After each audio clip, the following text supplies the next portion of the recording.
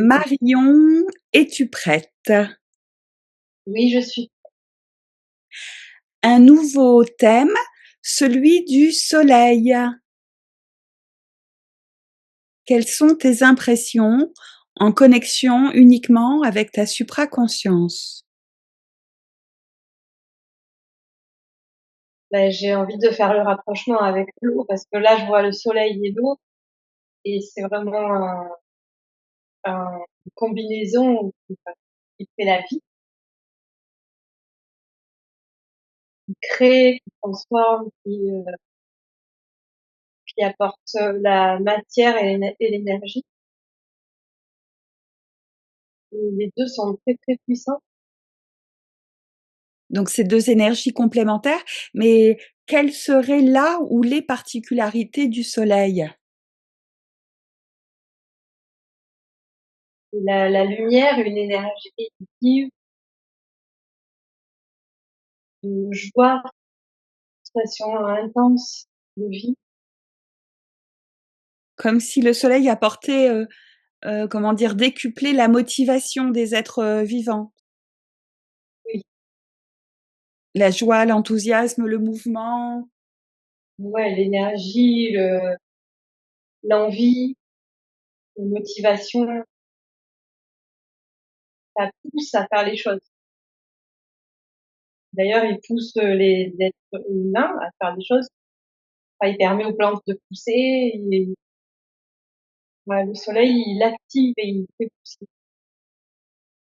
Tout à l'heure, tu disais au sujet de l'eau qu'elle avait vraiment ce rôle de permettre la communication de toutes les informations qu'ont chacun des êtres vivants et là, le soleil serait plus une action de mise en mouvement, Ouais, d'action, oui.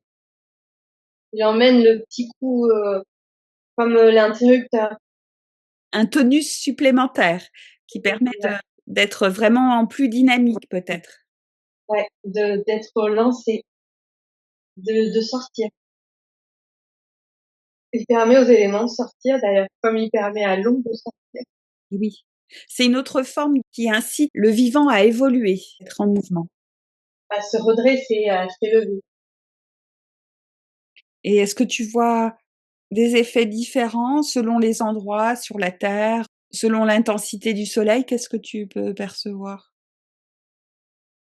Là, je vois les déserts où il y a pas de vivant extérieur, mais sous terre, il y a du vivant qui est quand même réchauffé par le soleil. Donc même s'il y a des endroits de la terre qui sont plus proches du soleil, qui fait que la surface ne tient pas en dessous, ça grouille de vie, mais protégé des rayons trop forts. Le soleil est très puissant, le vivant en a besoin, ça lui permet de s'élever, de danser, de pousser. Mais si le soleil est trop proche de ce vivant, il est tellement puissant il brûle. Et quels effets le soleil sur la conscience, sur l'esprit? Je vois comme s'il permettait, comme les pores qui se dilatent, permet, un élargissement de conscience, une plus grande ouverture, une dilatation des barrières, du champ de la conscience en général, de l'esprit, en apportant, le côté joyeux. Est-ce que ça favoriserait aussi une connexion avec la supraconscience plus importante ou plus facile? Oui, je pense, par le fait que le soleil, apporte cette énergie tonique et joyeuse, comme si, les personnes pouvaient se redresser, respirer et ouvrir, plus grandement leurs, les limites qui les entourent. Oui, donc ça a vraiment un effet d'épanouissement, d'ouverture et de connexion. Ouais. Et à l'inverse, les endroits qui sont privés de soleil, qu'est-ce que tu perçois, cette absence de soleil? En fait, j'ai envie de dire qu'il y a pas d'absence de soleil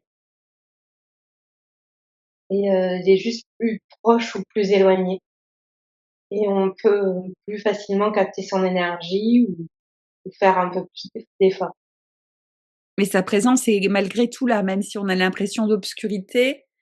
Sa présence est là et après c'est vrai que sur la surface de la terre, chaque, être vivant et chaque élément, évolue en fonction de ça, de la présence plus ou moins forte de la lumière et du soleil et s'adapte de façon à pouvoir capter quand même cette énergie physiquement, enfin, que chaque être vivant puisse capter cette énergie en fonction de l'endroit où il se trouve sur la terre.